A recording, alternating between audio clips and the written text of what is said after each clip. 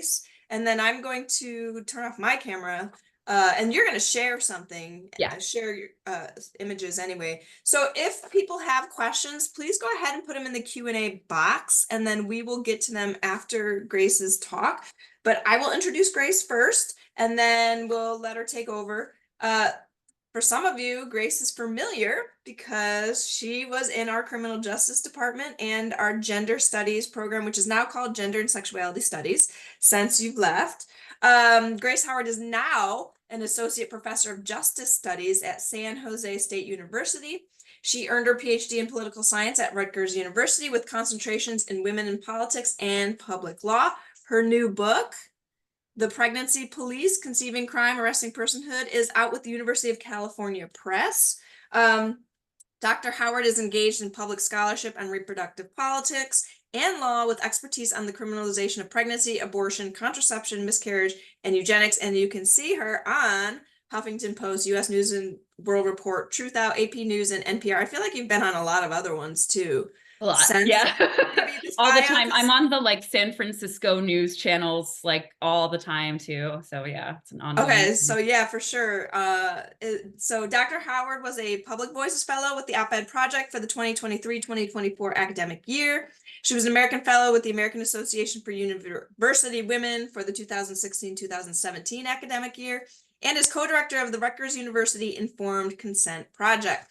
Dr. Howard has authored several published works, including The Pregnancy Police Surveillance, Regulation, and Control in Harvard Law and Policy Review, The Limits of Pure White, Race, Reproduction, in the Methamphetamine Crisis and Women's Rights Law Reporter, and Informed or Misinformed Consent, Abortion Policy in the United States, published in the Journal of Health, Politics, Policy, and Law. And her body of work explores reproductive law and policy and the dimensions of legal personhood for people with the capacity for pregnancy. So we're going to turn it over to Dr. Howard, and let me know if you need any help setting up the...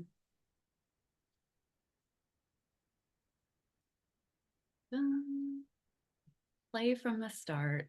Okay, thanks so much for joining us today, taking your time. I know we're still sort of in the beginning of the semester here and at USI, so thanks for taking the time to join me. And yes, I'm going to be talking about my new book. It came out in June, but really I started working on this project about a decade ago. I was working on this my second year of my PhD program, and it turned into my dissertation. And now it's a whole book, which is pretty wild.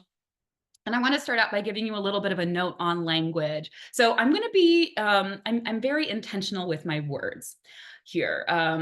I will talk about women, and I will talk about pregnant people or people with the capacity for pregnancy. And I'm using these words very intentionally because I want to be more inclusive and reflective of the reality that trans men and non-binary people have the capacity for pregnancy, and not all women do. But I'm doing this for another reason as well, and it's really central to one of the arguments that I make in the book, which is that pregnant people are being discriminated against as a legal class. And there are some sort of legal details there, like legal technicalities there, that you can look into if you're interested. They're in the book, about how we have sort of legally carved pregnant people out as a standalone class, independent of women as a category. But we see this kind of discrimination happening in a lot of different realms. So that's why you will see me talking about pregnant people instead of just like pregnant women.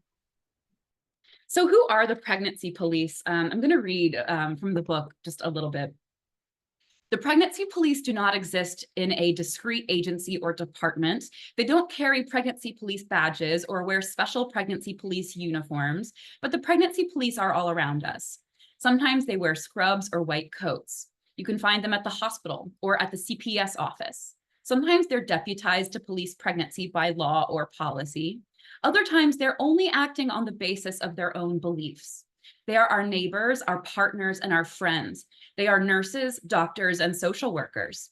They're found in institutions of healthcare, of social services, and of civil and criminal law enforcement. Sometimes the pregnancy police may even exist in our own minds. When we see a pregnant person doing something we don't approve of, like lifting weights or drinking coffee or wine. Policing pregnancy is a process informed by politics and historical inequalities developed over time by law and ideology. The pregnancy police are those who are involved in surveilling, reporting, prosecuting, and incarcerating pregnant people for pregnancy-related offenses. And I carve out a typology of pregnancy-specific criminal law. There are a bunch of different ways that we have created pregnancy-specific crimes, but the ones that I focus on in this book are laws that criminalize a pregnant person's actions with regard to their own pregnancy.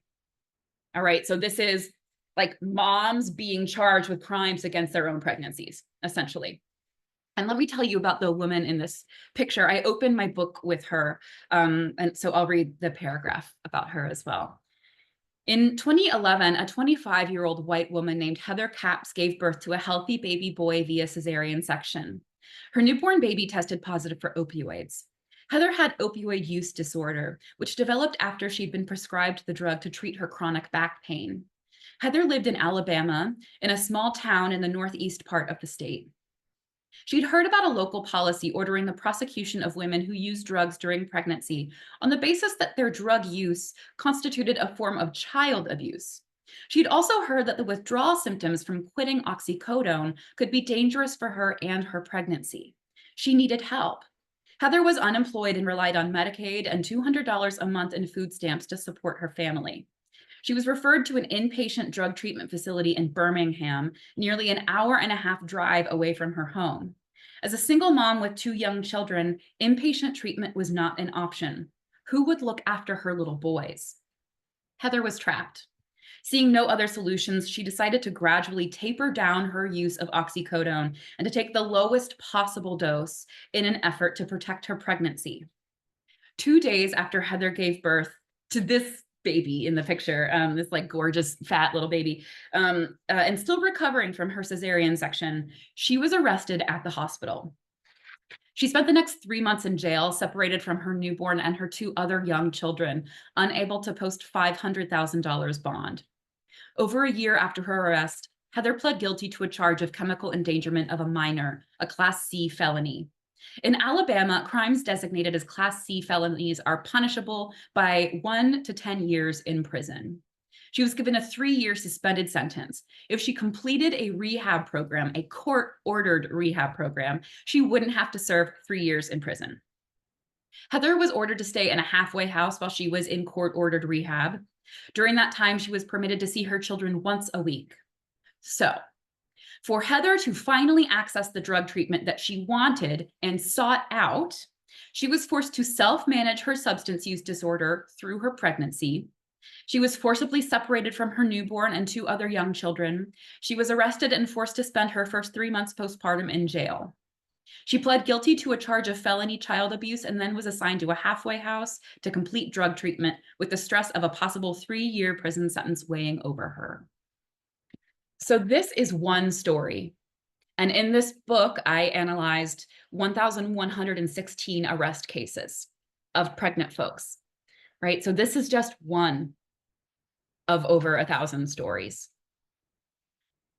One of the questions, and sort of how I'm framing this talk today, is what can the arrests and prosecutions that took place before Dobbs, before Roe v. Wade was overturned, teach us about what is coming and what we can expect in the coming years? So like I said, the arrest cases I examined, 1,116 confirmed arrests of pregnant people or newly postpartum people for crimes against their own pregnancies from 3 states. And I started looking at 1973, which is the year that Roe v. Wade decision was passed down and we developed federal protections for abortion rights, through 2020.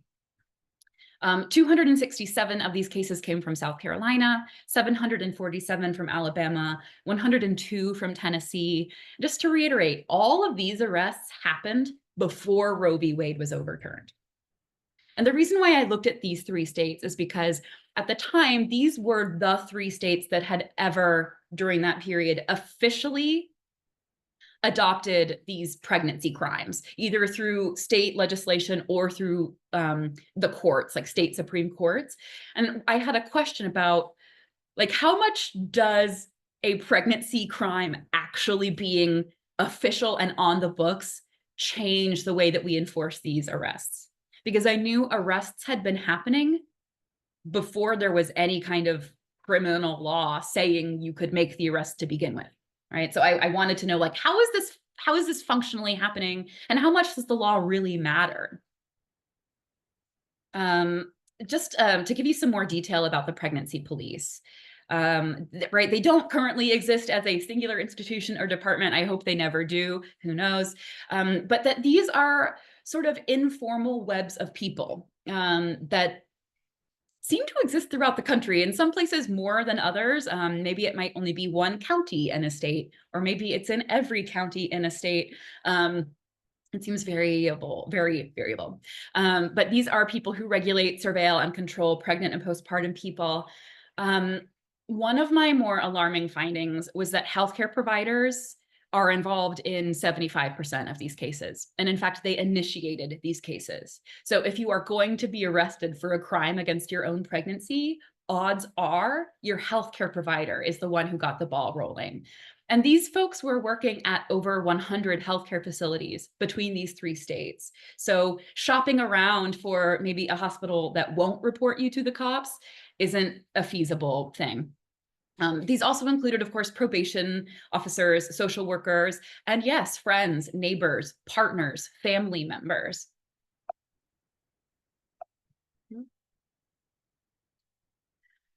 So how it functions, generally speaking, is that healthcare providers will do drug screens or other kinds of screens on their patients. People will come in often in labor to give birth.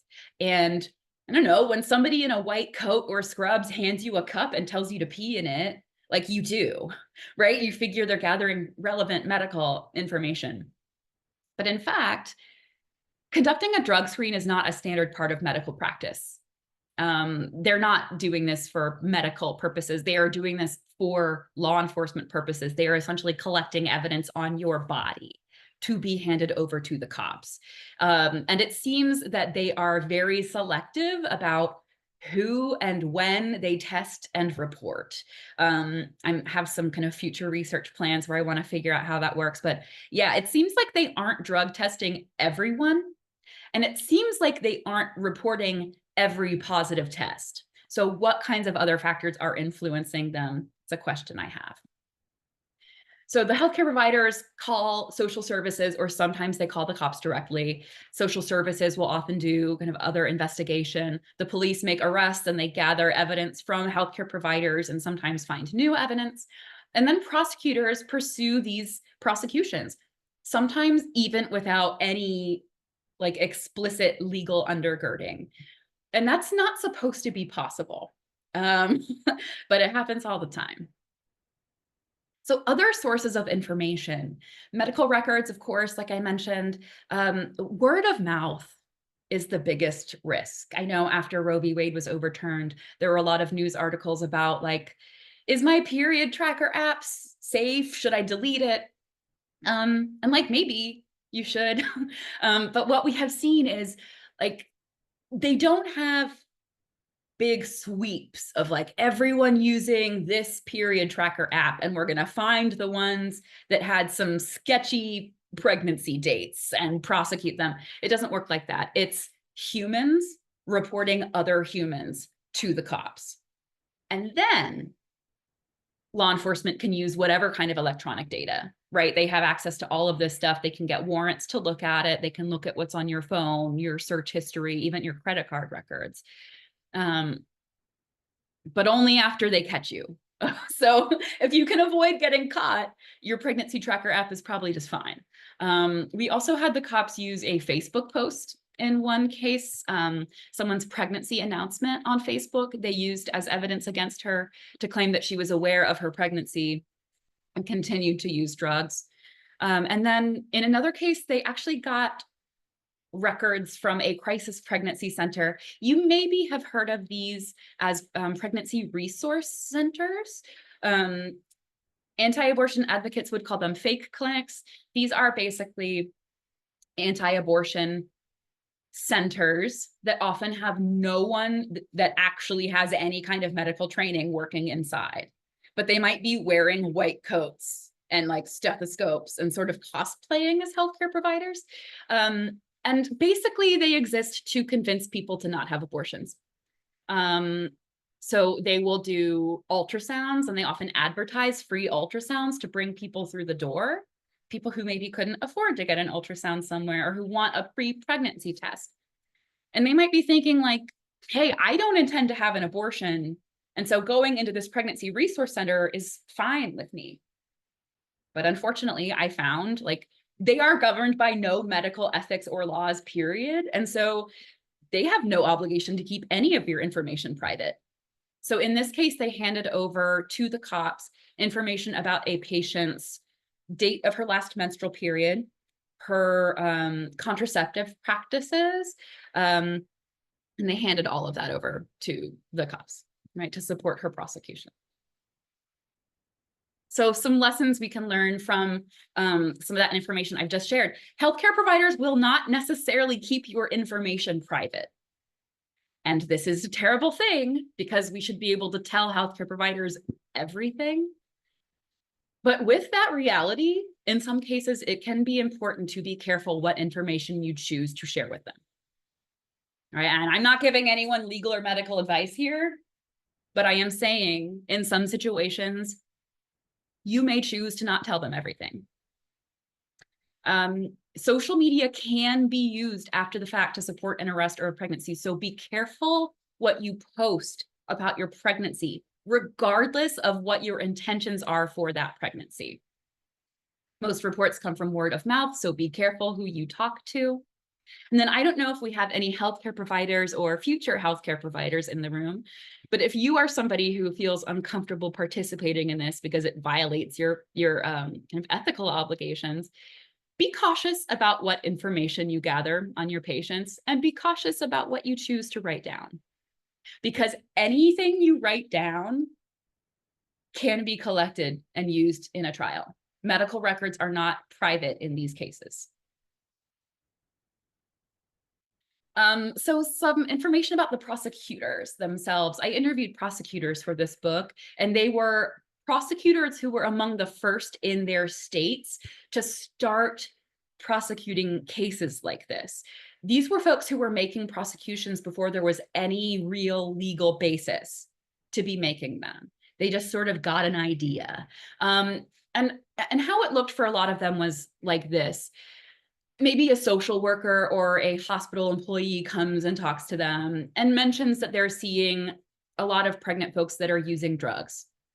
And, you know, we've been telling them to stop using drugs and they just don't stop using drugs. And so maybe you, prosecutor, could help us out.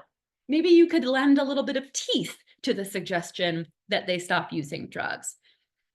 And so prosecutors in these 3 states started essentially threatening pregnant people with incarceration and prosecution unless they joined and completed a drug treatment program.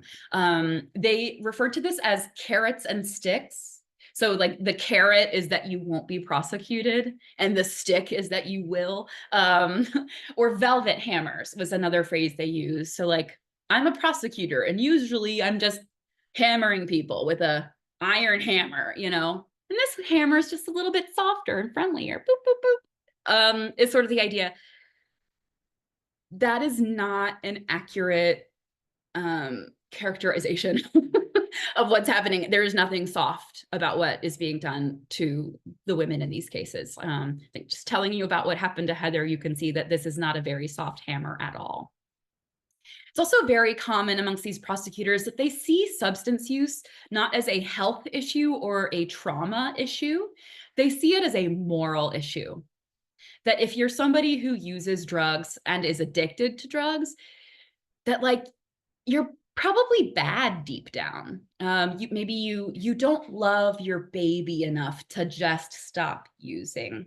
And anyone in this chat who knows really anything about substance use disorder and addiction medicine that's not an accurate characterization of how it works, right? Even substances that your body doesn't become chemically dependent on, you can be psychologically dependent on them, right? And you can really, really, really want to quit and also be incapable of doing so on your own. Right. So it's much more complicated than it's presented as, but it's not a moral issue the way they see it as. Now, if we do characterize drug use as a moral issue, that certainly opens the door to wanting to punish people, doesn't it? Right? You're bad, you get punished. And we have a very punitive response overall to substance use, right? I mean, the whole war on drugs, which is arguably ongoing and still a failure, is part of us seeing substance use as a moral issue. I also saw in these prosecutors, some of them more than others, that they really do believe in the ideology of fetal personhood. And I'm calling it an ideology because that's what it is, right? Folks who see fetuses or even fertilized eggs as persons, and who believe that they should be considered legal persons. Right? That's an ideology. A lot of people believe that. They are free to believe that. I have a problem with that belief becoming enshrined in law because I don't believe it and a lot of other people don't. So why should we have to comply with someone else's beliefs, right? But I also saw some echoes of eugenic thinking among these prosecutors. So they're talking about, it's this idea that if you use drugs during pregnancy, your children will be born damaged permanently, and that these babies are going to cost society. They're going to be violent criminals. They're never going to finish school. They're never going to hold down a job, or even just the cost of like NICU care, right? These moms are poor. They can't afford to pay for the ER. Now I'm going to have to pay for it because they didn't love their baby enough, is like very much so the vibe. But something interesting, one of the prosecutors I interviewed actually stopped prosecuting the pregnancy cases. Some experts in addiction medicine and pregnancy in his district approached him and like sort of gave him a talking to. And he was a really hard on crime type prosecutor. Like, this is not a tree hugger guy. And he was very well known. He prosecuted some very high profile cases. But for whatever reason, he listened to them and he learned that like punishing people for something when they have no support resources available to them isn't doing anyone any good at all. And maybe if we want to fix the problem of drug use during pregnancy, we need to go back and ask, well, why are so many folks struggling with drug use? And maybe if we can address that problem, we won't just be like catching people and throwing them in cages way down the line. Some of the things people were arrested for: self-managed abortion, not taking good enough care of themselves during pregnancy, which like, I'm glad they can't do that for non-pregnancy because I've eaten like nothing but pizza for so many days in a row. If you have a miscarriage or a pregnancy loss and you don't do what they think you should do with the fetus, you could be charged with something like abuse of a corpse. A few people were charged because they survived suicide attempts but miscarried their pregnancies. Some people were charged because they rejected a course of medical advice, which is something that all mentally, legally competent adults are supposed to be able to do. Some people were arrested because they were in car accidents. One woman was arrested because she failed to protect a fetus from third-party harm. And another woman was arrested because she was running from the police, which like you're going to get in trouble if you're running from the police. But they added on an additional charge of reckless endangerment of a minor because she happened to be running from the police while she was pregnant. But of course, sort of as I've been describing, the vast majority of these arrests were made because folks tested positive for drugs during pregnancy. And just to remind you, testing positive for drugs is not a crime. Manufacturing, sales, operating a vehicle under the influence of, right? Those are crimes. Being found to be in possession of drugs, a crime. Your blood or urine testing positive for a drug, not a crime. And the vast majority of these over 1,000 arrests happened just on that basis. Prosecutors compared drug use during pregnancy to a lot of dramatic things. Abuse of a child, simple abuse. This quote bothered me a lot. I don't know, it just seems like, what a violent imagination. Taking a pistol and shooting the baby right through the mother's stomach, or taking a knife and sticking it in there. They compared it to drunk driving, which sort of turns the pregnant body into a car. They compared it to bombing a building with children inside, turning the pregnant body into a building now, lacing baby formula with drugs, injecting drugs into a child, driving without a seatbelt. She's turned into a car again, and kidnapping. They say it is like kidnapping a person for 9 months. I don't know where else they could be and survive, but okay. So some of the lessons from the prosecutors: the law as written can be undermined by prosecutors, and they will do it if they think they can get away with it. Some prosecutors may be open to change, and we should look into that if we can. Also, just to keep in mind, prosecutors are elected positions, and prosecutors can be influenced or voted out of office. So if you find out your local prosecutor is engaging in some of this stuff, maybe we need a new prosecutor. I'm going to tell you just some stories to illustrate what some of these non-drug related cases can look like, because I think that these are only going to become more relevant. And that was the sound of a foster kitten who just walked up. So I'm going to let her hang out on my desk while I talk. Her name is Troy, and yes, it's a Star Trek reference. So there's a woman named Gabriela Flores. These two pills are misoprostol tablets, and these can be used to terminate a pregnancy. If you get abortion pills, this is one of the two medications that you take according to the current FDA protocol. But you can also end a pregnancy with just misoprostol. And that's what Gabriela Flores did. So she's in South Carolina. It's 2003. She's a migrant farm worker. She makes way less than minimum wage picking lettuce. And she's from Mexico. And she has 2 babies in Mexico that are staying behind with family. And she has 1 baby in the US. And now she's discovered she's pregnant. She cannot afford a legal abortion. She could possibly drive to North Carolina and pay for it there, but that would cost hundreds of dollars. It would take her too long to save that amount of money. And so instead of getting a procedural abortion or going to a clinic in the US, her sister back in Mexico gets misoprostol, which is available over the counter in Mexico. It's used to treat gastric ulcers. You don't need a prescription for it. So she got miso in Mexico, mailed it to her sister. Gabriela took the misoprostol. She ended her pregnancy safely in her home. And then she buried the products of conception, the fetus, the placenta, in the backyard. And then the neighbor found out. And the neighbor told the cops. And that is how Gabriela got caught. Initially, the prosecutor in this case actually sought the death penalty, which straight up does not apply in these kinds of cases. And that was the only thing that prevented him from trying to get the government to kill her. She was kept in jail for months without being given access to a lawyer, which is straight up unconstitutional, even if you're undocumented, even if you're not a citizen, okay? Eventually, she took a plea bargain.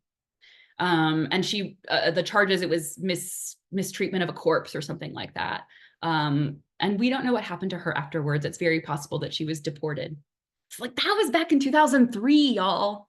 Roe v. Wade was still law in 2003. Like, having an abortion was legal in 2003, and this is what was happening. There were a few cases where people attempted to end their lives but survived, and then were charged with crimes for it. So suicide is not a crime. It used to be. It's why we say someone committed suicide. We probably shouldn't say committed anymore. Because it's not a crime unless you're pregnant, I guess. Jessica Clyburn, this is a South Carolina case. She had mental health issues, bipolar disorder, and she'd gotten in a bad fight with her boyfriend. She thought that he left her. And so she jumped from her fifth floor window in her apartment. She was 8 months pregnant and she lost the pregnancy. She almost died. She was in the hospital for a long time. And as soon as she was like stable medically, she was charged with homicide by child abuse, serious charges. She took a guilty plea for involuntary manslaughter, still a very serious charge, especially for something that would not have been considered a crime at all if she hadn't been pregnant at the time. And then this is Marche Jones. Some of you might remember this case. This was just in 2019. So she's 5 months pregnant. This is in Alabama. And there's like a love triangle. So the person who Marche is pregnant with is now dating this new woman named Ebony. And Marche is driving and sees Ebony and like pulls over and they start a fight. Ebony shot Marche in the abdomen. And so Marche lost that pregnancy. She had a stillbirth. But who was arrested? Not Ebony, the person with the gun. Marche was the one who was arrested. She was held on $50,000 bond. And the argument there was that she caused the fight and failed to protect her fetus from third-party harm. Which, like, my head exploded. And this case got national headlines. There was a massive public outcry. That is why her charges were dropped. Without that publicity, I don't think those charges would have been dropped.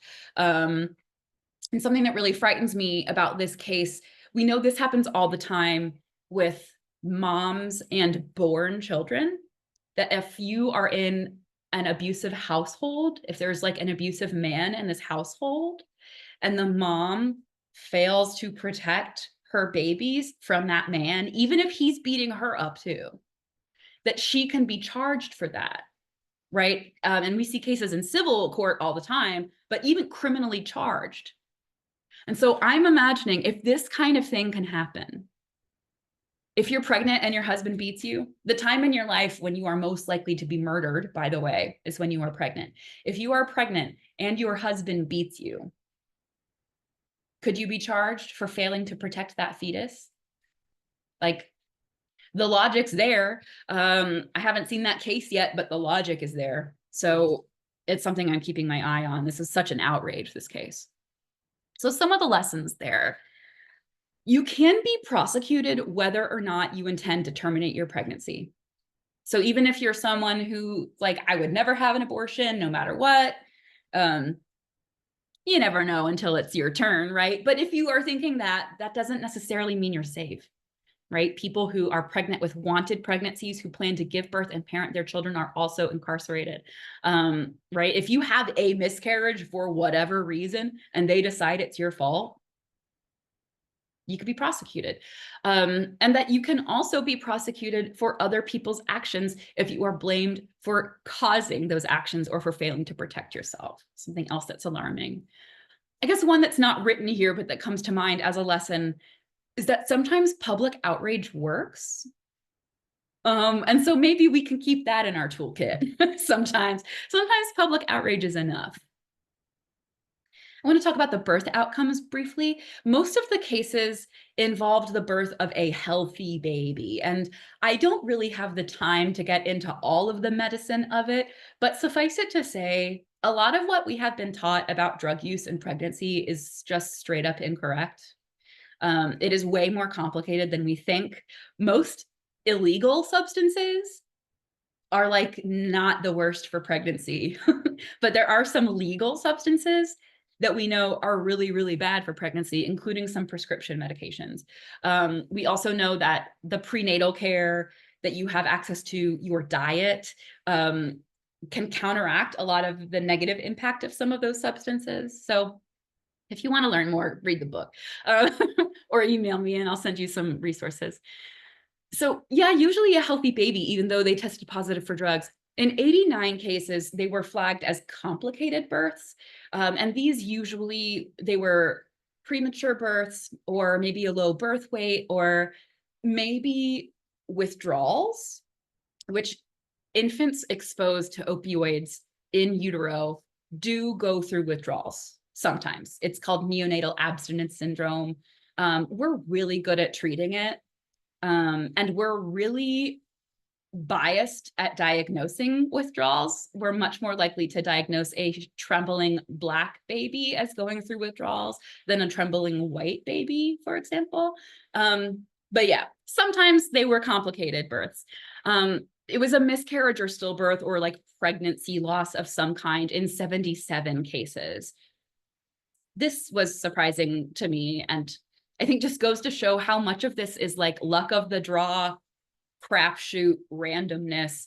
If you are pregnant with a multiple pregnancy, automatically you get multiple charges, even though the conduct was exactly the same. So if you are pregnant with twins, now you are getting 2 chemical endangerment charges or 2 homicide charges. And then in 208 cases, the people were still pregnant at the time of arrest. And that means that they spent time pregnant incarcerated, which is a horrible experience and is really, really bad for the baby too. The earliest arrest was made at 6 weeks LMP. That is 2 weeks after a missed period, before a lot of people even know they're pregnant. So really, from the very first moments of being pregnant or being detectable as pregnant, you are fair game. 17 arrests were made of people who were still in their first trimester of pregnancy. So lessons: giving birth to a healthy baby does not mean you are safe from prosecution, and you can be arrested and jailed at the earliest moments of a pregnancy, right? Viability is irrelevant without Roe. I'm going to skip this a little bit. Some of the case outcomes: there was a guilty plea in almost every case. That's true of criminal charges in general.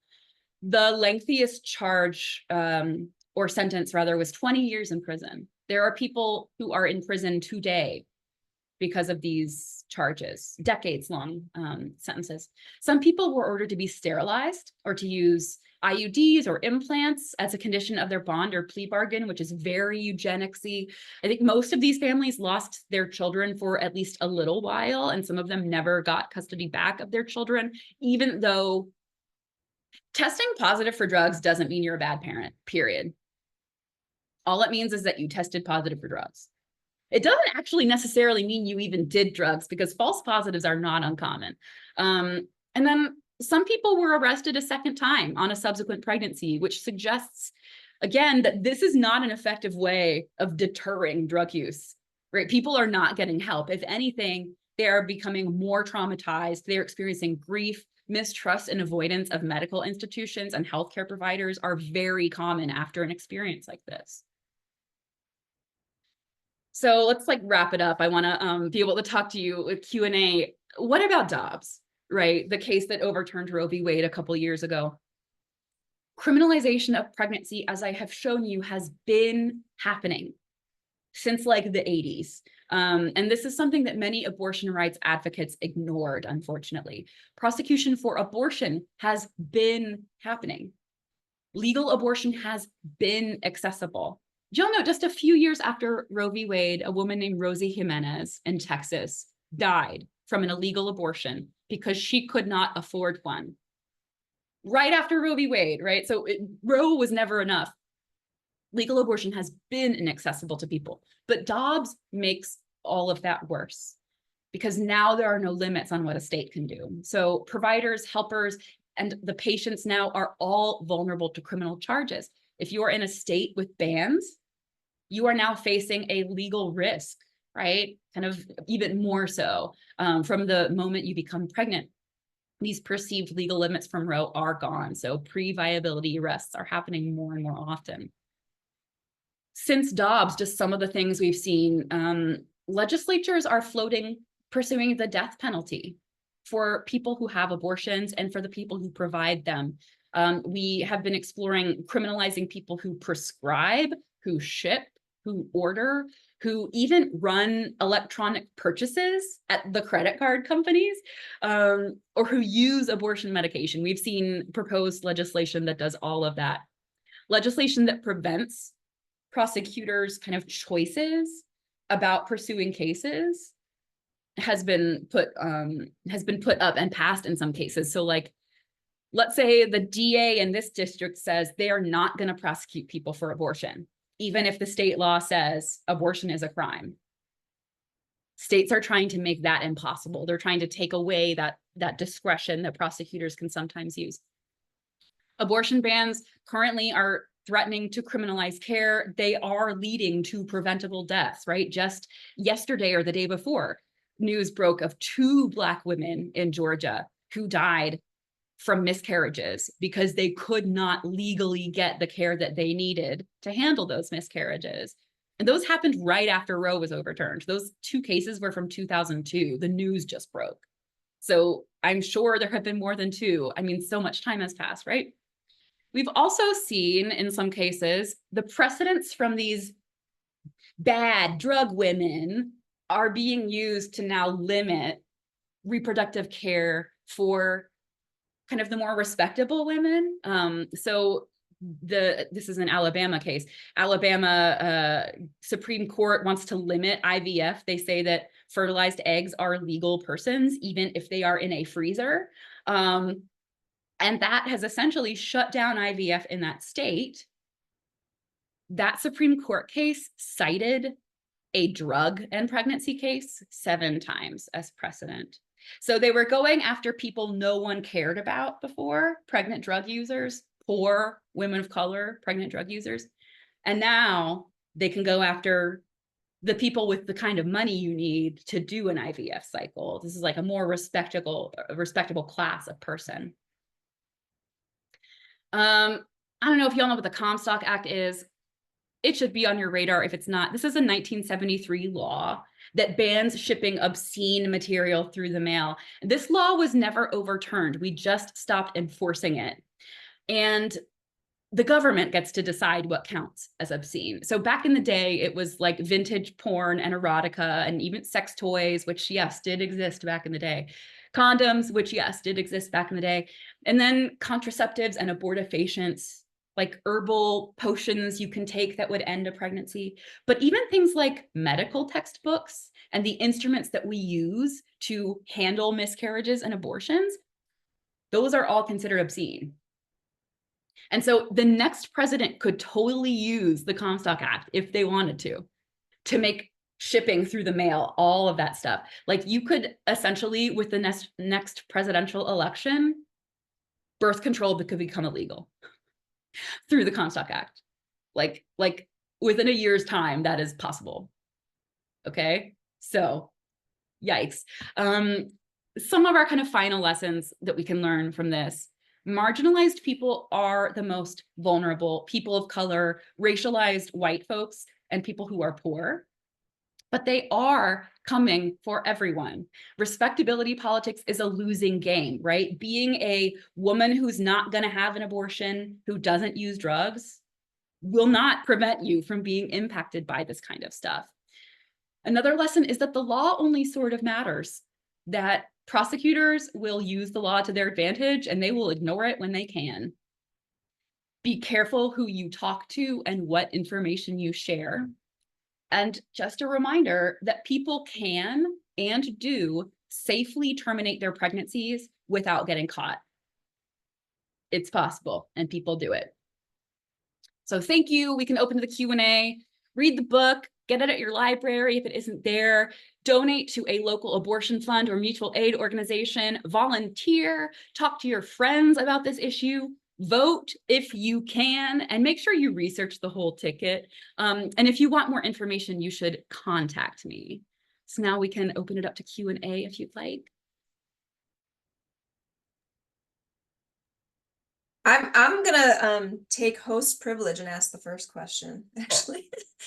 We do have a couple questions in the Q&A, but I just there was a full disclosure, I've only read the introduction and the first chapter. But you had a line, I think it was in the introduction, where you said, though Dobbs had enabled new and dramatic state level abortion restrictions, Roe v. Wade never guaranteed the human rights of people with the capacity for pregnancy and never achieved reproductive justice. So some of the cases you talk about in what I've read and when I've seen your presentations, it seems like punitive measures that are essentially focused entirely on women, people of color, queer people, right? These are just more disciplinary mechanisms that we are seeing against already vulnerable populations of people. So I wonder if you could like just mention, because it was in maybe the first chapter, that male drug use can impact a fetus, but is not punished in the same way. Yeah. One of the things that struck me, you mentioned it in one, I think in the intro, is that corporations can pollute our environment and put pregnant people at high risk for losing pregnancies or their own health, and companies can exploit the labor of pregnant people, yet none of them are going to be prosecuted either. So I wonder if you could say a little bit more about that. Yeah, so like one, we have understudied the male reproductive body because we've been so focused on figuring out everything that's wrong with your lady garden. Um, I mean, really, like, it's pretty interesting. My dissertation chair has a book about this called Exposing Men that's like very interesting if you want to read like what did the ancient Greeks think was in sperm? All that kind of stuff. I know Marilyn knows. But yeah, like the stuff that happens to a female body and the stuff that happens to a male body can and does have an impact on your procreative abilities, right? And so like I'm sure we've thought of everything. You're not allowed to be old and have babies if you're a woman, or it's your fault, right? Or if you ate deli meat, or you didn't wear cotton underwear every day, or you had a non-decaf coffee or sushi, like, you can't do anything fun. Males can do everything. No, apparently not. So males, once you reach sexual maturity, you are pregnant at all times, with millions and millions of single-celled organisms. I guess they're not technically organisms, but yeah, males are gestating sperm all the time. And it takes about 72 days to make a single mature sperm cell. And the things that happen to your body during that time can change that sperm. So I know we found like with Vietnam War veterans who were exposed to Agent Orange, that they and their children, multi-generational impact, were seeing weird birth effects that we now know are caused by that Agent Orange. It had a mutagenic effect, and it changed their DNA. And so now the sperm that they're making are more likely to have problems. We also have this constructed inaccurate idea of how conception happens, which is that like, oh, the strongest, fastest sperm only makes it to the thing. It's very like survival of the fittest lies. That's not how it happens. The sperm help each other. Some of the sperm seemingly aren't trying to get to the egg at all. They're just there to help the other sperm move along. They like make a sperm road. There's some interesting writing about this too, which means like a damaged sperm can make it to the egg. And so if that damage results in a miscarriage, we're not going to ask any questions about what the guy was doing. We might ask every question about what the woman was doing. And that's just one example. We know alcohol and cigarettes have an impact on sperm quality. We also know, yes, Denise, as you mentioned, like so much stuff that is fully out of our control as individuals has an impact on our bodies and can impact our reproduction, the air that we breathe, the food that we eat, the dirt. And without Roe, I'm really interested to see, especially what happens to some of the labor stuff. There was a Supreme Court case, Johnson Controls was this case. And this was women working on a factory floor. These were good jobs, some of the best jobs for this business, and they were making batteries. And some of the stuff they're working with can be bad for a pregnancy. And so they basically told the female employees, and only the female employees, you have to prove you are infertile if you want to keep this job. If you can't prove you're infertile, we'll give you some other little job here without the same awesome pay and benefits.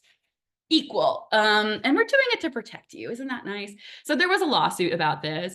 And, we had some good federal legislation that happened in the meantime that protected pregnancy as like you're not allowed to be this blatantly discriminatory.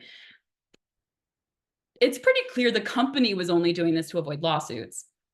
And instead of making it so like all of our employees can be safe from these harmful chemicals or whatever is in these batteries, including the males, I mean, hello, that we're just going to like be discriminatory about it instead. Like without Roe, I see that as a real possibility coming back. Womp womp.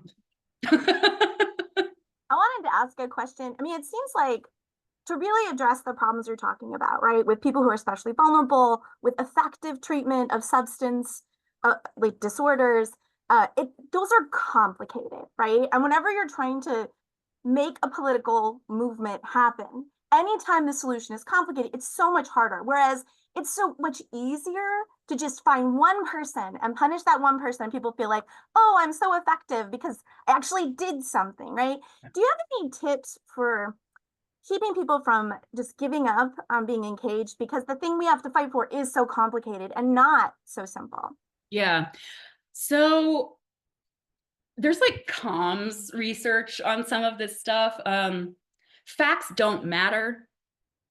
As a professor, that sucks. As it turns out, feelings matter a lot more than facts do. And so, especially if they are exploiting what already exists in society, which is like a general mistrust of women and hatred of pregnant people, like, and constant suspicion, I think, about what pregnant people are up to, like that already exists. They don't have to do any work with that. And then they can just be like, rah, rah, punish bad. And then everyone can be like, yeah, about it. Confronting someone with like, well, meth doesn't actually do that. And people actually have, like, that's not going to move them, but stories can move them. Simple emotional story, like we can play that game too. So yeah, I can tell people about Heather and how like none of this helped her, and we had to pay a bunch of money and wait a lot of time and like hurt a whole family just for her to get the healthcare she wanted, right? Or I mean, I'm sure like a comms firm could be better at this than me, but even something like pregnant people are people, a good reminder. Yeah. I think people forget. Yeah, I think telling stories is one of the most powerful things that we can do. And I think I'm sure you've gotten these kinds of questions before, because we do have a few questions that are sort of related. So I'm going to kind of clump like three of these questions together. But I'm sure you've gotten this before, and you answer it in the book. But like, you know, how do we address concerns about women or pregnant people taking drugs Mhm. or doing harm to themselves? Like, how do we address that? Mhm. Um, how do we address issues with violent crimes? I know in the book you said that, a pregnant person is actually more vulnerable to violence. They are most often at higher risk when they're pregnant. So how do we do that? And, if a fetus does die, how do you see punishment in that respect? Yeah, so we'll stop there because I don't want to overdo it. But, the basic concerns people have about like So what are we dealing. supposed to do? Right, exactly. Yeah. Yeah. Yeah, I mean, and these are good questions. Like the solution to this should not be that we do nothing. Right? Because like a lot of people are really suffering. People suffer who have substance use disorder. And like most people who, well, first of all, most people who use drugs don't have substance use disorder. And like probably a lot of people in this chat have used drugs before. So we need to like stop being so moralizing about drugs. First of all, but yeah, like it can cause harm and it can like rupture families and hurt people. We need to avoid re-traumatizing people at all costs. And I know people don't want to hear this, but the reality is that people aren't going to be successful at quitting drugs until they are ready to quit drugs. That like forcing someone into treatment is not best practice in terms of like we want their recovery to last. So I endorse a harm reduction model. If we're talking about the medical stuff, what do we do? Like we need to reduce the amount of trauma people experience so they don't become hooked on drugs. But if they're already hooked on drugs and we're meeting them where they are, we need to try to make sure they can access the best in medical care and that it comes to them. right? It's like in a central place. They don't have to go all over town, because who knows if they can even do that. Needle exchange clinics, yes. We need to have more and better and accessible drug treatment, because a lot of the drug treatment we have won't take pregnant folks or folks with kids. And a lot, like at least half of the drug treatment facilities in the US are not even accredited. And they do like terrible things. And you will not come out of them better. So um, harm reduction operates on the principle that people are going to be doing things to their bodies that are harmful. And that what we can do is to meet them where they are at and offer them the support that they need for things that are less bad, right? So that not all of the bad things happen. And it's actually shown people are more likely to quit permanently when we meet them with that. But we don't come to them with the expectation that like, you can only come here for help when you're clean. No, we want to see you every day.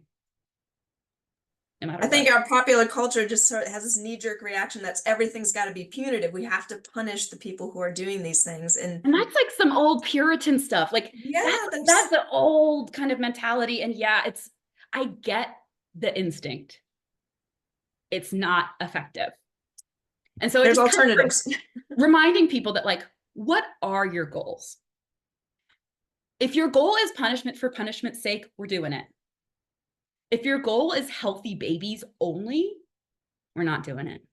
And actually, if you want really, really healthy babies, you know what we're going to have to do? Help the moms. Like, you know? So there's that. And then in terms of the violence, yes. So the time in a woman's life when she's most likely to be murdered is when she's pregnant, and it's usually by her intimate partner. What a freaking nightmare. And a lot of states have adopted in their criminal code, they define the fetus as a crime victim as a response to that. And often they'll pass those laws in responses to like very particular, awful murder cases of usually white women.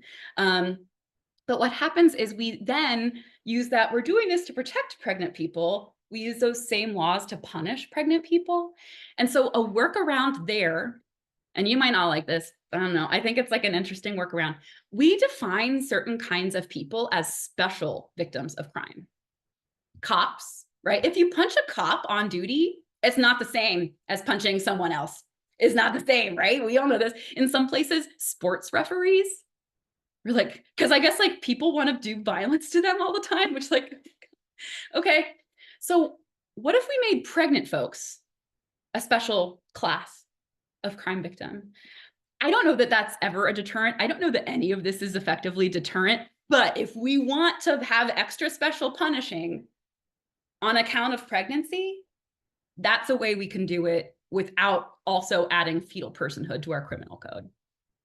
Kind of on that note of like actually caring for the mothers, a lot of the questions in the chat have to do with healthcare opportunities. So are we seeing an exodus of healthcare workers from red states? Like, are practitioners concerned about like what's legal and what's not? And then in terms of the healthcare providers sort of reporting people, do you have any idea what the actual professional healthcare ethics codes say? Like, do they encourage that or discourage that? Or Okay. what's been the professional response in the health profession? The overwhelming professional response is that criminalization is terrible for healthcare in every way. And they've been saying this. We know it dissuades people from going to the doctor, and it dissuades people from telling their doctor everything. And that's backed up in my data. Like, we have people giving birth unassisted in motel rooms because they're afraid that if they go to the hospital, they're going to get locked up and their babies are going to get taken away. So that's not smart. Yeah, more treatment is always better. Like universal healthcare and protecting people's privacy. And in terms of the ethics guidelines, none of this is ethical. If you are a nurse and you are being asked to report your patients, you are being asked to violate medical ethics. You are being asked to violate nursing ethics. Period. I have to imagine that not every healthcare worker who is in a position where they are supposed to be reporting people is okay with that. I'm not sure how they're dealing with it yet. That's like a next kind of project. But yeah, I mean, there has also been an exodus of healthcare workers. Why would you want to be an obstetrician whose job is sometimes to do abortions and sometimes to do miscarriage management, which is abortion? Why would you want to practice that in a state where doing your job and saving people's lives could result in you spending the rest of your life in prison? Right. And so this is bad for the pregnant folks who remain, right? Folks who aren't going to have abortions, who don't plan on miscarrying, who plans on miscarrying, right? Like, who am I going to see? Like, we already have problems with hospitals closing down in rural places, not enough places to go and give birth or even get prenatal care. And now, like, I know in Idaho, it's a major problem. So many of their healthcare providers have left, and even the medical students. If you want to be an OB and you want to know how to do miscarriage care, why would you go to school in Texas? Right? So yeah, it's impacting it in a huge way. I was gonna say Idaho. I've heard of a lot of nightmare stories out of Idaho and like the patients having to drive hours for just basic prenatal care at this point. Yeah. Yeah. So we have one more question to ask and then we can wrap things up. So basically, the DNC issue, and actually you mentioned the Georgia cases where the woman died because she could not get a DNC. I cannot remember what DNC stands for, so maybe you can mention that Dilation too. and curettage. Dilation and curettage, yeah. That we're seeing a lot of debate about these medical procedures for pregnancy loss that were legal pre-1973, but now criminalized. Are you seeing a lot of conversation about that? A lot of concerns, that kind of thing? Yeah, I mean, like, this was a big question before the Supreme Court over this last term, right? And they didn't really decide anything this term. This term, they sort of punted everything. So like nothing changes.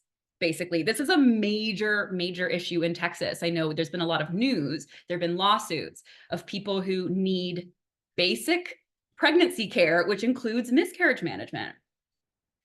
That like is not hard to do. This is basic. This is like a basic reason why obstetricians exist, right? And all they need to do is, okay, they use a series of rods that get bigger. Slowly open your cervix up and use a little spoon thingy to gently get everything out of there so that you don't go septic and die. These are not viable pregnancies. And now we've been saying, like, I'm sure people have died. I'm sure people have died. And it's just been a matter of like, when will the news break of this? And we know it's been happening like basically as soon as Roe was overturned.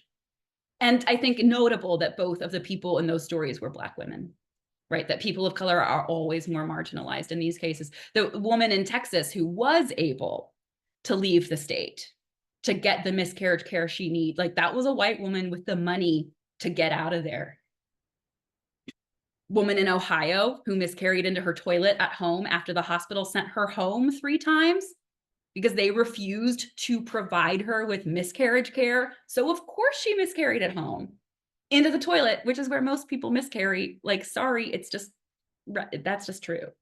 It feels like a bowel movement and stuff is coming out of you. People sit on the toilet. That she, you know, gets investigated by the cops because the hospital won't give her the care that she needs and should have been given, like, period. Dark times, I know. Yeah. I mean, I know some of us follow the news on this, but some folks don't. And so Does this help? that helps. Seeing a kitten, yes, it helps for sure. So we've gone through the questions. Do you have any final thoughts? Any new projects you're working on right now? You said a couple things you're monitoring, but Yeah, I'm writing 2 new books right now. But neither of them are really new research. They're kind of a survey of existing stuff. So we're doing a 3rd edition of The Gender of Crime. The 2nd edition came out about 10 years ago, so we're going to update it. And I'm doing a new kind of sage book. They have a series that's called What Do We Know About and What Should We Do About Fill in the Blank. And my colleague and I are writing the one about abortion. And right now I'm working on getting grant funding because I want to interview nurses. I know that they're the ones that are doing most of the testing and reporting. And I want to know how that all works. Like, when do they decide to test? And when do they decide to report? Are there actual policies or are people just making it up? And like, what does that then mean for the folks who do get caught? Sort of want to figure out how all that works. yeah, awesome. Well, thank you for talking to us again. This is your second talk to us for gender studies. And we'll have to have you back again at some point. Anytime. Maybe one day I'll have some things to celebrate. And we can have a less doom and gloom talk, but it's always a pleasure. Always a pleasure. Yeah. Thank you again. And maybe we'll see you in Louisville for the